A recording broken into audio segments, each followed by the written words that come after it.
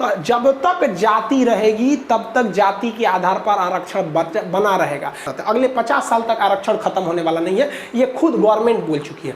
आरक्षण शब्द आते ही हिंदुस्तान में दो परंपरा चलती है। जिन्हें आरक्षण मिल रहा है उन्हें लगता है आरक्षण सही है, और जिन्हें आरक्षण नहीं मिल रहा है उन्हें लगता है आरक्षण गलत है।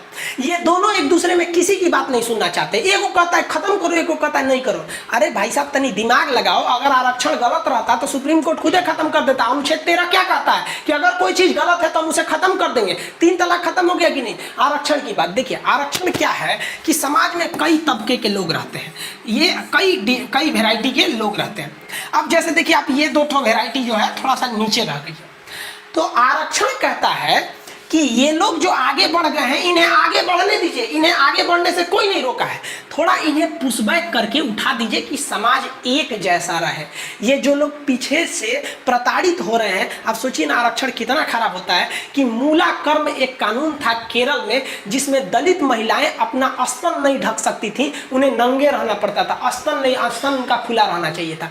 और हद तब हो गई कि टैक्स लगाया जाता था इस आधार पर कि छोटा स्तन है तो कम टैक्स दो, बड़ा स्तन है तो ज्यादा टैक्स दो। ये हिंदुस्तान के जो पुराना था, कहा जाता है कि मोर भी बड़ा सुंदर होता है लेकिन अपना पैर देख लेता है ना तो उसे भी शर्म आने लगती है। तो हिंदुस्तान की संस्कृति बहुत अच्छी रही है, लेकिन हमारे पास भी कुछ मोर के पैर की तरह है। ये जैसे सती प्रथा हो गया, ये सब छुआछूत हो गया, ये हिंदुस्तान में बहुत ज्यादा हो गया। तो कहा जाता है कि आरक्षण एक पॉजिटिव डिस्क्रिमिनेशन है।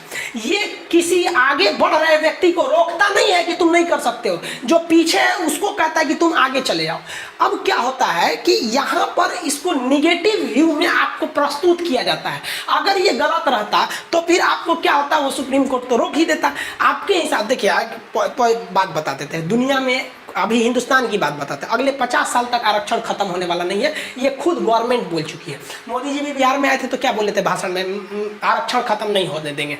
मनमोहन सिंह भी थे, खुद मोदी जी ने आरक्षण बढ़ाया है। संसद में जो आरक्षण 2020 में खत्म हो रहा था उसे संशोधन करके 2030 ले गए हैं। तो इसलिए आप किसी पे दोष नहीं दे सकते, क्योंकि हर आदमी को चुनाव जीतना है। तो अगर ये आरक्षण खत्म किया जाएगा ना तो चुनाव में भी हार सकते हैं।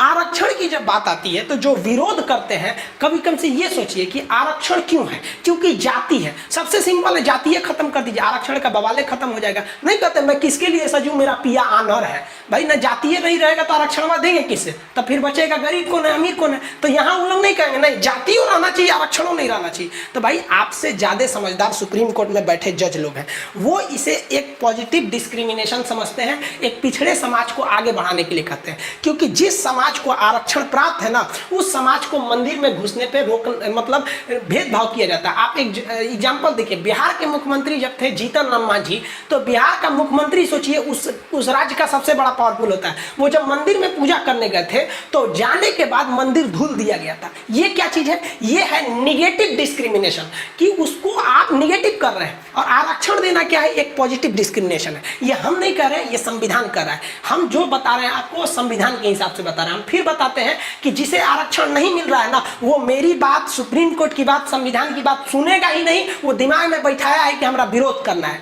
और जिसको ये मिल रहा है ना, वो दिमाग में बैठाया है कि नहीं हमें मिलना चाहिए। बहुत से ऐसे दलित मुख्यमंत्री भी हुए हैं जिन्हें आरक्षण मिल रहा है, और बहुत से मुख्यमंत्री भी हुए हैं दलित जिन्हें जाने के बाद मंदिर धुल दिया जाता है। तो जब तक जाति रहेगी तब तक जाति के आधार पर आरक्षण बना रहेगा। सबसे पॉजिटिव वे है कि आप जाति को खत्म कर दीजिए, आप खत्म कर दीजिए, कॉमन कर दीजिए। वो भी है तो कोई कुछ भी लगा देगा।